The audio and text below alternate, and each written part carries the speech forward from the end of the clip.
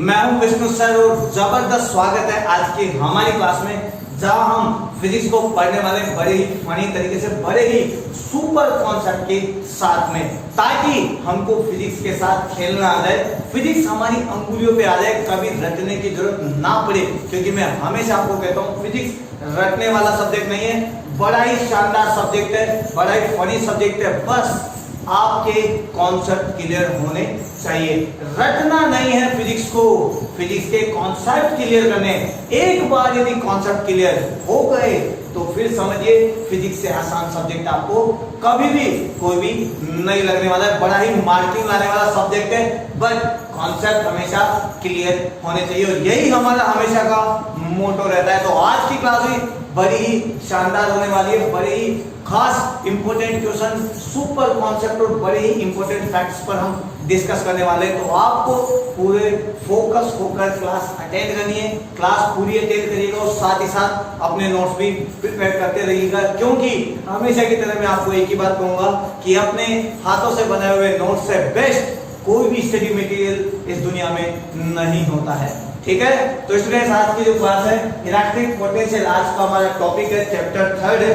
दो चैप्टर हम पहले क्लियर कर चुके हैं, उनके concept, important questions, important facts सभी पर हम डिस्कस कर चुके हैं। ठीक है, 12th क्लास फिजिक्स का आज जो टॉपिक पढ़ रहे हैं 3rd चैप्टर का, ऑल बोर्ड्स में ये टॉपिक आपको मिलेगा। कोई भी बुक हो, किसी भी बोर्ड के लिए हो, आईआईटी, जेईई, नीट, एनटीएससी, इन सबसे रिलेटेड हम कॉन्सेप्ट पर भी डिस्कस करने वाले, ताकि आफ्टर 12th आप जब भी फिजिक्स को पढ़े, कभी एग्जाम नहीं सकता, तो आपके कॉन्सेप्ट क्लियर है और आप अच्छे से अच्छे एग्जाम को क्लियर कर सके। ठीक है स्टूडेंट्स, तो आइए बात करते हैं आज की क्लास में। सबसे पहले आज बात करेंगे हम वर्क की, वर्क कार्य। 11th में हमने सभी ने पढ़ा है कार्य का फॉर्मूला F.dr होता है। बल लगाने पर यदि किसी वस्तु में विस्थापन होता है तो बल और विस्थापन का अदिश गुणनफल, बल और विस्थापन का अदिश गुणनफल वर्क कहलाता है। ठीक है, force into displacement, the scalar product of force and displacement is known as work. ये जनरली हमारा डेफिनेशन ऑफ फॉर्मूला होता है, बट यहाँ पर जब हम चार्जेस की बात कर रहे हैं तो वर्क का फॉर्मूला थोड़ा चेंज हो सकता है, या इसका फॉर्मूला क्या होने वाला है, किस तरीके से अलग अलग वैल्यूज, अलग अलग टर्म्स के रेस्पेक्ट में वर्क का फॉर्मूला निकलने वाला है, ये डिस्कस करना बहुत ही जरूरी है। तो आज की बात करते हैं। सबसे पहले देखिए, मान लीजिए हमारे पास यहाँ पर चार्ज है कैपिटल Q और कहीं पर बहुत दूर इनफाइनाइट पर चार्ज है स्मॉल q। मेरे को इस स्मॉल q को कैपिटल Q के पास लेकर आना है, लेकिन कैपिटल Q अपने इलेक्ट्रिक फील्ड में सपोज करो कि इस रेंज में, इस डिस्टेंस पर स्मॉल r, यहां से यहां तक की डिस्टेंस कितनी है स्मॉल r, यहां तक इसका इलेक्ट्रिक फील्ड है E। ये भी पॉजिटिव चार्ज है, ये भी पॉजिटिव चार्ज है। इस पॉजिटिव टेस्ट चार्ज को मैं इधर लेके आता हूं पास में।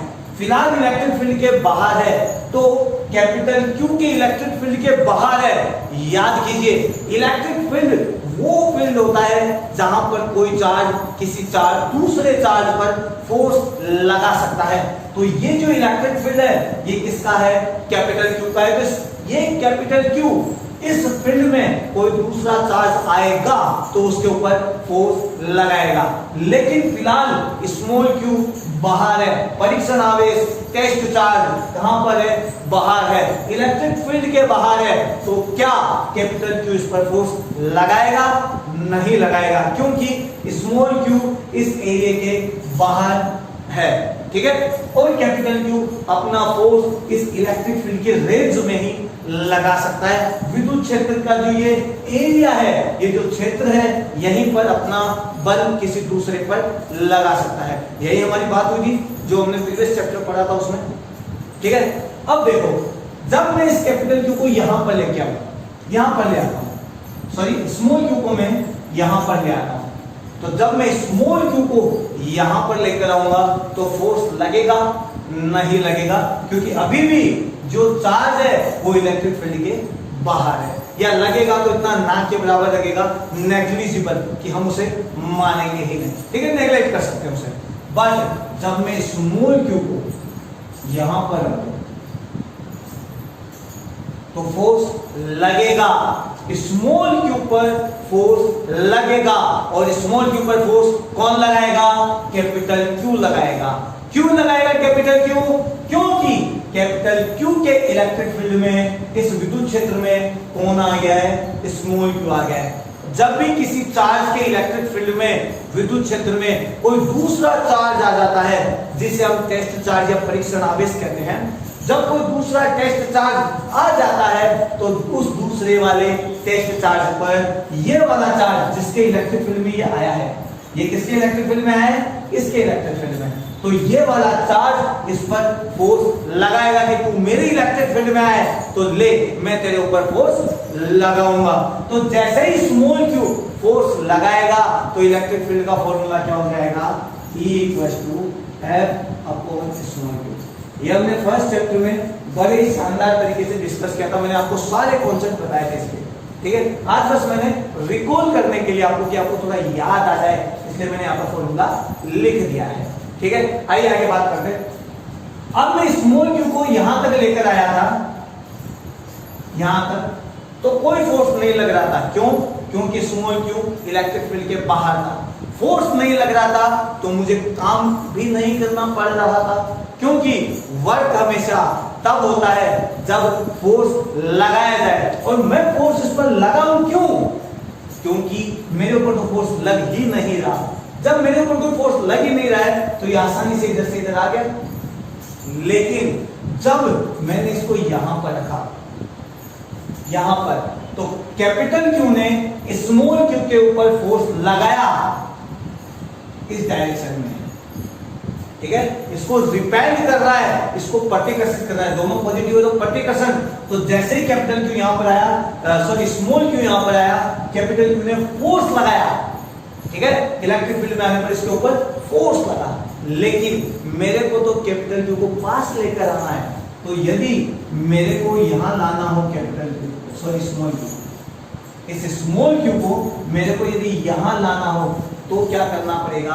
तो मुझे वर्क डन करना पड़ेगा।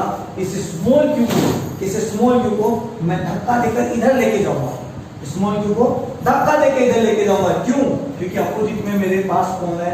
एक फोर्स है।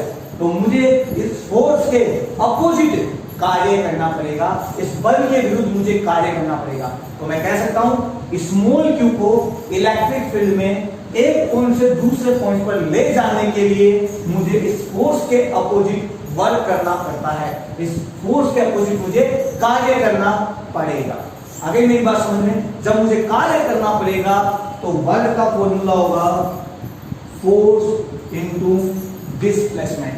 सपोज करिए कि मैं यहां से यहां तक डिस्प्लेसमेंट है मेरा दिया, स्मॉल क्यू को मैं धक्का देकर यानी फोर्स लगाकर कार्य कर मैं इस स्मॉल क्यू को वर्क करके इस पॉइंट से इस पॉइंट पर लेकर आ जाता हूं। आगे मेरी बात सुने, जब मैं इसको इस पॉइंट से इस पॉइंट पर लेकर आऊंगा तो मुझे इस फोर्स के अपोजिट वर्क करना पड़ेगा, इस बल के विरुद्ध कार्य करना पड़ेगा, और वो कार्य का फॉर्मूला होगा W=F⁴ फिलहाल मैं यहाँ पे dW लिख देता हूँ। यदि मुझे टोटल वर्क डन चाहिए तो मैं क्या करूंगा? यदि मुझे टोटल वर्क डन चाहिए तो मैं यहाँ पे इंटीग्रेशन करूंगा F⁴, ठीक है। ये मेरा वर्क डन का फॉर्मूला आ गया। पर यहाँ पर ध्यान दीजिए, एक छोटा सा साइन जरूरी हो जाता है। वो साइन कहां से आता है? देखिए, मैं वर्क डन कर रहा हूं इधर लाने के लिए, मतलब मेरा फोर्स का डायरेक्शन है इस साइड, जबकि मेरे ऊपर जो फोर्स लग रहा है, जो इस चार्ज ने लगाया था, उसका डायरेक्शन किस साइड है? देखो, इसका डायरेक्शन है इस साइड।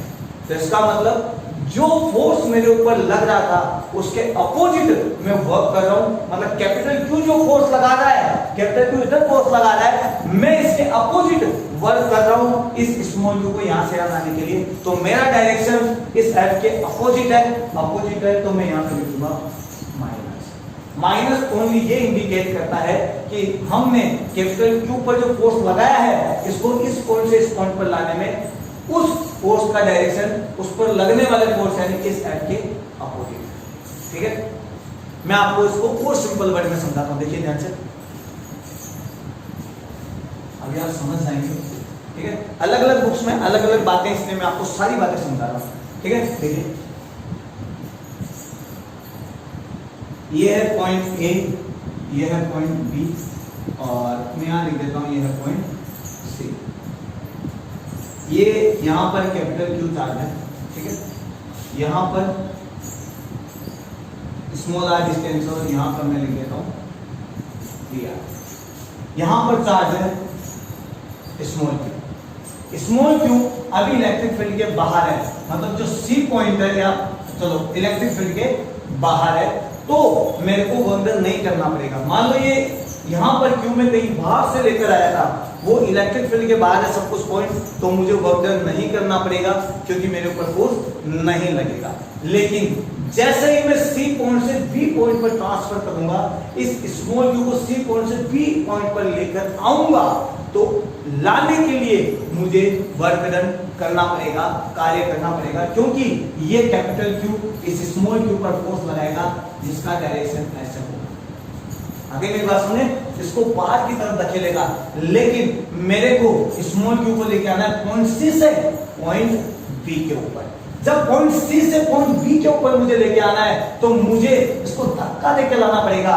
इसको धक्का देकर मुझे कार्य करके इसको पॉइंट सी से पॉइंट बी पे लाना पड़ेगा। और जब मैं पॉइंट सी से पॉइंट बी पे लेके आऊंगा, तो मुझे वर्क डन जो करना पड़ेगा, उस वर्क डन का फॉर्मूला होगा फोर्स इनटू डिस्प्लेसमेंट, तो F डॉट dr। मेरे द्वारा लगाया गया फोर्स इस F के अपोजिट होगा, क्योंकि मुझे कौन से डायरेक्शन में आना है, इस डायरेक्शन में आना है। और जो फोर्स मैं लगा रहा हूं उसकी वैल्यू इस फोर्स के इक्वल या इससे ज्यादा होनी चाहिए, इससे कम नहीं होनी चाहिए। तो मैं अप्रोक्सीमेटली इक्वल मानकर F लिख दूं, तो मैंने लिख दिया यहां पर F। तो मेरा फॉर्मूला होगा फोर्स इनटू डिस्प्लेसमेंट। ये मेरे वर्क का फॉर्मूला आ गया है। मेरी बात आपको समझ में आ गई? कोई दिक्कत है? क्लियर है? ठीक है, तो ये हो गया फोर्स का formula minus F dot dr। बहुत जरूरत पड़ने वाली है इस फॉर्मूले के, बहुत सारे बच्चों को ये फॉर्मूला जनरली पता ही नहीं होता है। इसीलिए मैं कह रहा हूं फोकस करके पूरी क्लास अटेंड करिए और साथ ही साथ में नोट्स भी प्रिपेयर करते रहिए। ठीक है, आइए अब बात करते हैं हमारे इंपॉर्टेंट टॉपिक इलेक्ट्रिक पोटेंशियल। मैं कर रहा हूं इसको, आप नोट कर लीजिएगा वीडियो पॉज कर। ठीक है, चलो आगे बात करते हैं इलेक्ट्रिक पोटेंशियल। डेफिनेशन भी बताने वाला हूं, अलग अलग डेफिनेशन मिलती है अलग अलग बुक्स में, मैं उन सभी डेफिनेशन पे डिस्कस करूंगा। ठीक है फ्रेंड्स, अब बात करते हैं इलेक्ट्रिक पोटेंशियल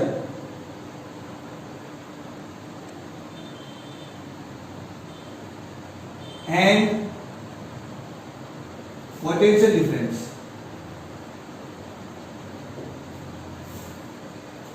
विद्युत विभव और विद्युत विभवांतर, विद्युत विभव तथा विद्युत विभवांतर, दोनों में क्या सिमिलरिटीज है या दोनों में क्या डिफरेंस है, दोनों का मतलब क्या होता है, ये सब मैं बताने वाला हूं, क्योंकि स्टूडेंट ऑलमोस्ट अधिकतर टाइम पर इनमें कंफ्यूज रहते हैं। ठीक है, तो आइए बात करते हैं सबसे पहले विद्युत विभवांतर की। देखिए, सपोज करिए ये पॉइंट है बी, ये पॉइंट है ए, ठीक है, और ये पॉइंट है सी। आगे मेरी बात समझ में आगे देखिए, सी कहीं पर है इनफाइनाइट पॉइंट पर, बहुत दूर स्थित है। ठीक है, या अभी मैं मान लेता हूं, चलो इनफाइनाइट बाद में बात करेंगे इसकी। ठीक है, पॉइंट सी कहीं बहुत दूर है, यहां पर पॉइंट रखा हुआ है स्मॉल चार्ज है, यहां पर पॉइंट चार्ज, कौन सा चार्ज है, स्मॉल क्यू चार्ज यहां पर है। ठीक है, मैं पॉइंट सी से पॉइंट ए पर लेके आऊंगा फिलहाल चार्ज को। सपोज करिए इलेक्ट्रिक फील्ड के बाहर है, तो मुझे कोई कार्य नहीं करना पड़ रहा है, तो सपोज कीजिए स्मॉल क्यू को मैंने यहां पर रख दिया, कोई दिक्कत है नहीं है। आगे बात करते हैं, मुझे इस चार्ज को जो पॉइंट ए पर रखा हुआ है, ध्यान से देखना, मुझे ये चार्ज जो पॉइंट ए पर रखा हुआ है वहां से लेके आना है पॉइंट बी पर। तो पॉइंट ए से पॉइंट बी पर लाने के लिए मुझे क्या करना पड़ेगा, कार्य करना पड़ेगा, वर्क डन करना पड़ेगा। और जब मैं वर्क करूंगा तो मैं इस पे फोर्स लगाऊंगा इस डायरेक्शन में, इसको मैं यहां से यहां लेके आऊंगा। और जब मैं इसको यहां से यहां लेके आता हूं तो एक पॉइंट से दूसरे पॉइंट पर जब मैं चार्ज को ट्रांसफर करता हूं, एक जगह से दूसरे जगह पर ले जाने के लिए जब मैं वर्क डन करता हूं, तो इन दोनों पॉइंट के बीच में जो पोटेंशियल डिफरेंस होता है, विद्युत विभवांतर होता है, वो हमेशा विद्युत विभवांतर है ना, potential difference VB minus VA, वो हमेशा किए गए कार्य डिवाइड बाय टेस्ट चार्ज के बराबर होता है। किया गया कार्य डिवाइड टेस्ट चार्ज, किसी भी चार्ज को पॉइंट ए से पॉइंट बी तक ले जाने में किया गया कार्य और उसी चार्ज के अनुपात को हमेशा कहा जाता है दो बिंदुओं के मध्य विभवांतर। The potential difference will be equal to the ratio of work done divide by test charge. ठीक है, मैं एक बार डेफिनेशन आपको लिख देता हूं यहां पे। किन्हीं दो बिंदुओं के मध्य विभवांतर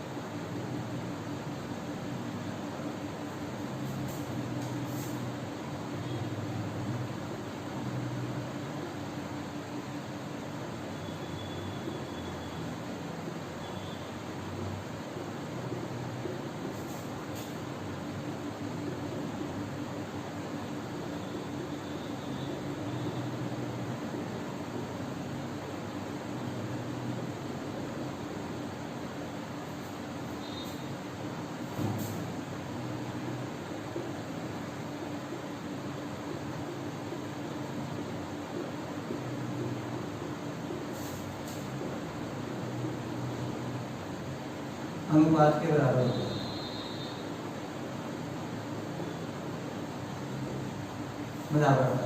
किन्हीं दो बिंदुओं के मध्य विभवांतर किसी एक बिंदु से दूसरे बिंदु पर धन परीक्षण आवेश को ले जाने में किया गया कार्य, किसी एक बिंदु से दूसरे बिंदु पर धन परीक्षण आवेश, हमारा टेस्ट चार्ज कौन स्मॉल क्यू, इसको लाने में किया गया कार्य तथा धन परीक्षण आवेश के अनुपात के बराबर होता है डिवाइड बाय टेस्ट चार्ज। तो ये एक अनुपात होता है किसका, work done divide by test charge, धन परीक्षण आवेश का। ठीक है, तो किसी भी चार्ज को जब आप एक बिंदु से दूसरे बिंदु पर लेकर जाते हैं तो जितना आप कार्य करते हैं उस कार्य में यदि आप भाग लगा दे उस टेस्ट चार्ज का, जिस टेस्ट चार्ज को आप एक बिंदु से बी बिंदु लेके गए, तो जो वैल्यू आने वाली है ये कहलाती है विभवांतर। ये नॉर्मल डेफिनेशन है। ठीक है, मैं इसको लिख देता हूं। It is the ratio of work done to carry a test charge from one point to another point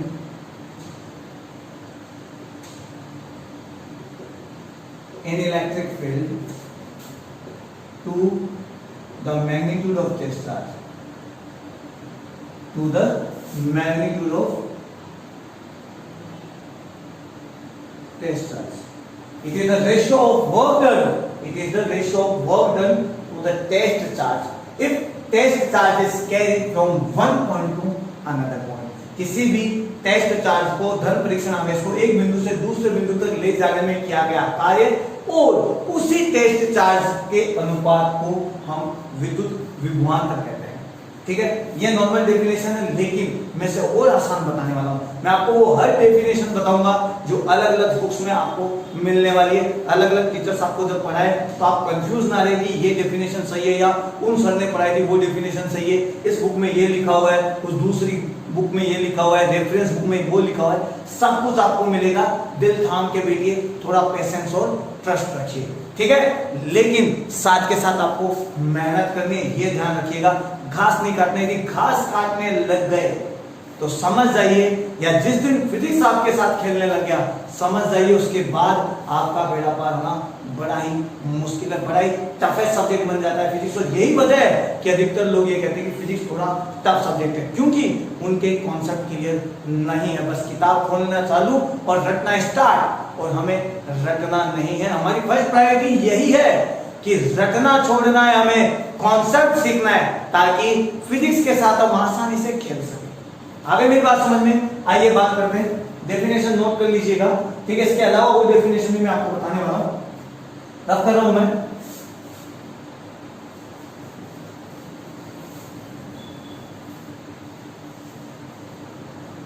तो देखिए, बात करते हैं वापस ए और बी। ए पॉइंट पे चार्ज है स्मॉल क्यू, मुझे लेकर आना है बी पॉइंट पर। तो इन दोनों के बीच में जो विभवांतर होगा, पोटेंशियल डिफरेंस होगा, उसका फॉर्मूला होगा VB minus VA WAB upon Q। मैं कहां से कहां जा रहा हूं? ए पॉइंट से बी पॉइंट पर, ठीक है, या समझ लीजिए, ठीक है। इसके अलावा मैं आपको एक छोटी सी बात और बताता हूं। जिस पॉइंट पर हम जाते हैं वहां जाने के लिए हमें कार्य करना पड़ता है, वर्क डन करना पड़ता है। तो पॉइंट ए से पॉइंट बी पर जब मैं स्मॉल क्यू को लेकर आऊंगा, जब स्मॉल क्यू को मैं अपने साथ लेके आऊंगा, मुझे कार्य करना पड़ेगा, और जब मुझे वर्क डन करना पड़ेगा, तो पॉइंट बी पर पोटेंशियल हमेशा ज्यादा होगा, विद्युत विभवांतर का मान हमेशा ज्यादा होगा, ठीक है। तो देखिए, विभवांतर जो यह है पॉइंट बी पर विद्युत विभव का मान ज्यादा होगा, तो मैं ऐसे कह सकता हूं पॉइंट बी पर पोटेंशियल ज्यादा होगा पॉइंट ए से। सबसे मोस्ट इंपोर्टेंट फैक्ट जो कि न्यूमेरिकल में काम आने वाले हमारे, ठीक है। जहां पर हम जाते हैं वहां हमेशा पोटेंशियल विद्युत विभव ज्यादा होता है, ठीक है।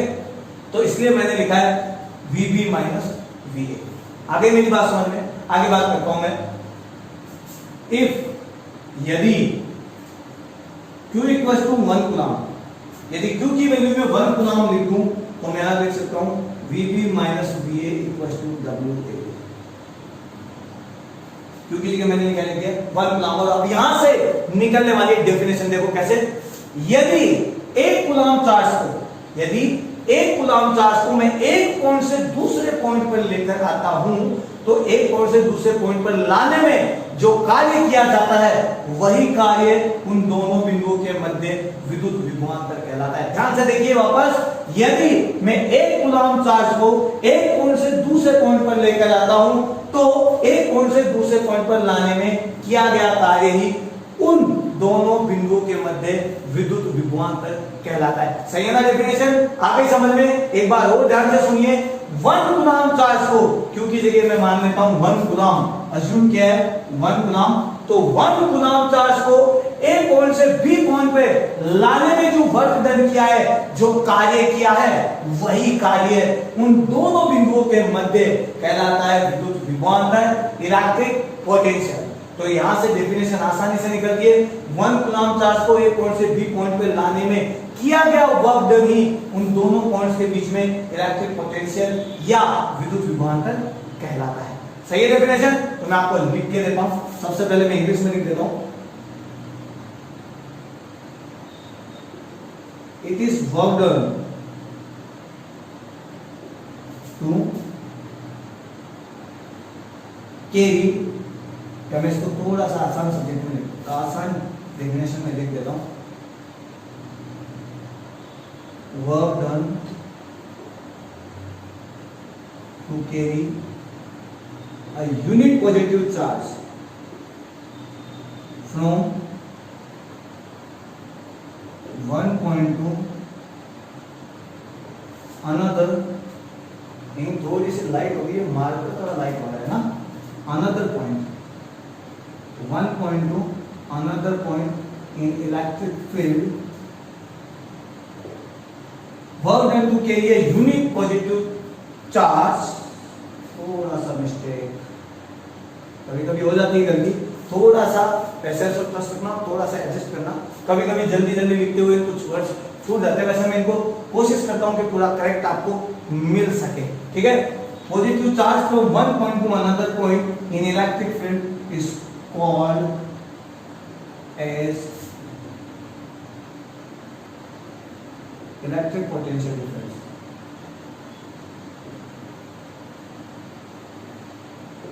ठीक है, डेफिनेशन के हिसाब से एक कूलम्ब चार्ज को एक पॉइंट से दूसरे पॉइंट पर लाने में किया गया वर्क डन ही इलेक्ट्रिक पोटेंशियल डिफरेंस कहलाता है। तो मैंने यहां पे लिख दिया work done to carry a unit positive charge from one point to another point in electric field is called as the electric potential difference. Hindi में भी लिख देता हूं मैं यहां पर, ताकि इंग्लिश मीडियम और हिंदी मीडियम दोनों स्टूडेंट्स को ये समझ में आ जाए। ठीक है, किसी एकांक घन परीक्षण आवेश को विद्युत क्षेत्र में स्थित किसी एक बिंदु से दूसरे बिंदु तक ले जाने में किया गया कार्य उन दोनों, थोड़ा राइटिंग के साथ एडजस्ट कर लीजिएगा, जल्दी लिखते लिखते थोड़ी राइटिंग हो जाती है ऐसे, है ना। किया गया कार्य उन दोनों बिंदुओं के मध्य विद्युत विभवांतर कहलाता है। तो देखिए आपने किसी भी एकांक घन परीक्षण आवेश, टेस्ट चार्ज है हमारा, इसकी वैल्यू कितनी है 1 कूलम्ब। तो किसी एकांक घन परीक्षण आवेश को यूनिट टेस्ट चार्ज को एक पॉइंट से दूसरे पॉइंट पर लाने में जितना हम वर्क डन करते हैं वही work done electric potential difference कहलाता है। बड़ी आसान डेफिनेशन बन गई है यहाँ से। बाय द वे आपको फॉर्मूला ये याद रखना है, बट डेफिनेशन बनाने के लिए मैंने इसको थोड़ा बहुत आसान कर दिया। ठीक है, ये बात हो गई इलेक्ट्रिक पोटेंशियल डिफरेंस की। अब बात करते हैं इलेक्ट्रिक पोटेंशियल की। ठीक है, ध्यान से देखिए, बड़ा ही आसान है, यहां से बनेगा सब कुछ। तो पोटेंशियल की बात करें, वीबी बड़ा है वीए से, ये लिख लेना क्योंकि बड़ा ही जबरदस्त कॉन्सेप्ट है जो कि न्यूमेरिकल में काम आएगा। ठीक है, नोट कर लीजिए। ठीक है, वीडियो पॉज करके।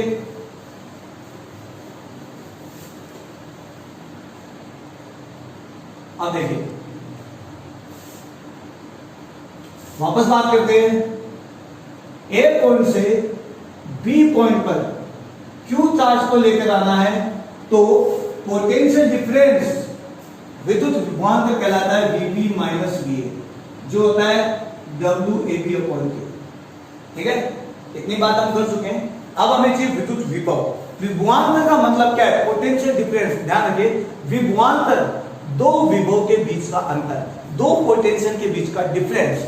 लेकिन यहां पर बात कर रहे हैं इलेक्ट्रिक पोटेंशियल विद्युत विभव की, मतलब नो डिफरेंस। किसी एक पॉइंट पर पर्टिकुलर जो विभव है, इलेक्ट्रिक पोटेंशियल है, उसकी बात की जा रही है। तो देखिए, मैं अज्यूम करूं, अज्यूम ए जो है वो इनफाइनाइट पर है, अनंत पर है। ए इनफाइनाइट, अनंत पर बहुत दूर। जब बहुत दूर होता है, इनफाइनाइट होता है, तो इनफाइनाइट पर पोटेंशियल हमेशा जीरो होता है। दो चीजों का पोटेंशियल हमेशा जीरो होता है। पोटेंशियल एक इनफाइनाइट जीरो, पोटेंशियल अर्थ पृथ्वी का, अर्थ का पोटेंशियल भी कितना होता है? जीरो होता है। ये दोनों बातें ध्यान रखिएगा। ठीक है, साथ के साथ में मैं बताते चल रहा हूं आपको स्पेशल इंपॉर्टेंट फैक्ट्स। इनको हमेशा नेग्लेक्ट नहीं किया जा सकता, क्योंकि एग्जाम पॉइंट ऑफ से वेरी वेरी मोस्ट इंपॉर्टेंट। और अधिकतर एग्जाम में हमें डायरेक्टली पूछा भी जाता है, बट हमें नहीं पता होता। क्यों?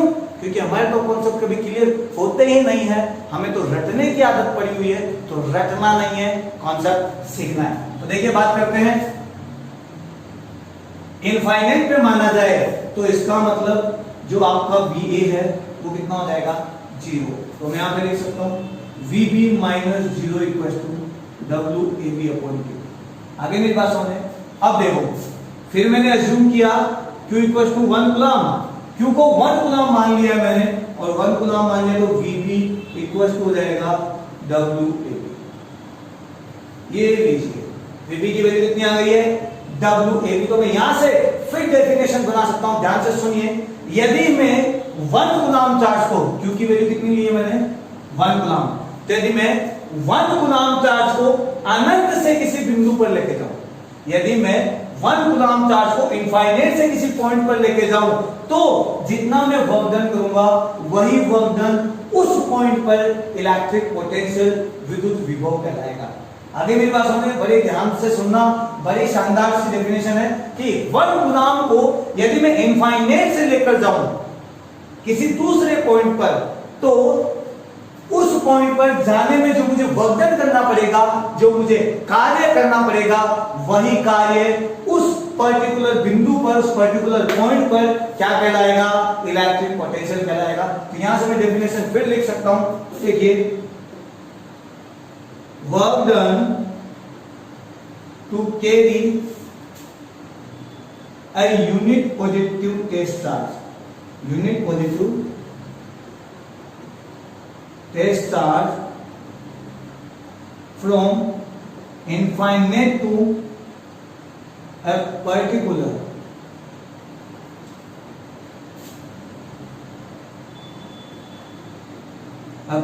point in electric field. Work done to carry a unit positive test charge from infinite to a particular point in electric field is called as electric potential. Add that, ठीक है।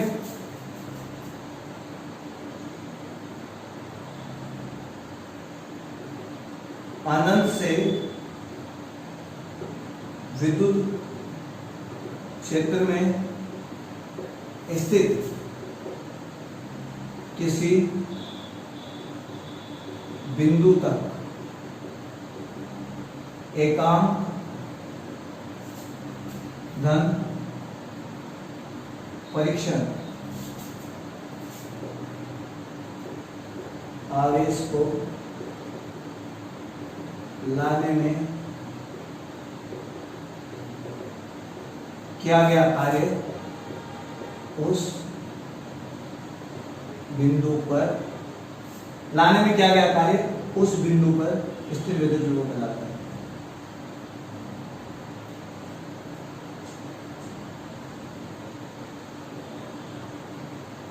स्थिर विद्युत विभव कहलाता है। किसी भी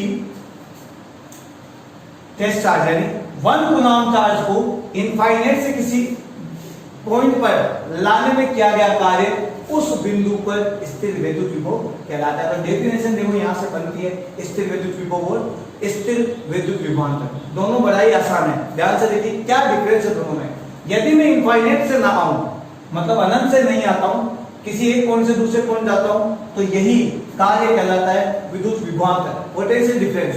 बट यदि मैं इनफाइनाइट से हूं, मतलब मेरा स्टार्टिंग पॉइंट कहां से हो, 0 से, तो यदि मैं इनफाइनाइट से आऊं, अनंत से आऊं, तो किया गया कार्य कहलाता है विभव। अनंत से आऊं तो किया गया कार्य कहलाएगा विभव, पोटेंशियल। और यदि अनंत से ना आकर यदि मैं किसी स्पेसिफिक वैल्यू से आऊं, मतलब 0 से स्टार्टिंग ना हूं, तो यदि मैं अनंत से नहीं आऊं, इनफाइनाइट से ना आऊं, तो मेरे द्वारा किया गया कार्य ही कहलाएगा पोटेंशियल डिफरेंस। याद रहेगा।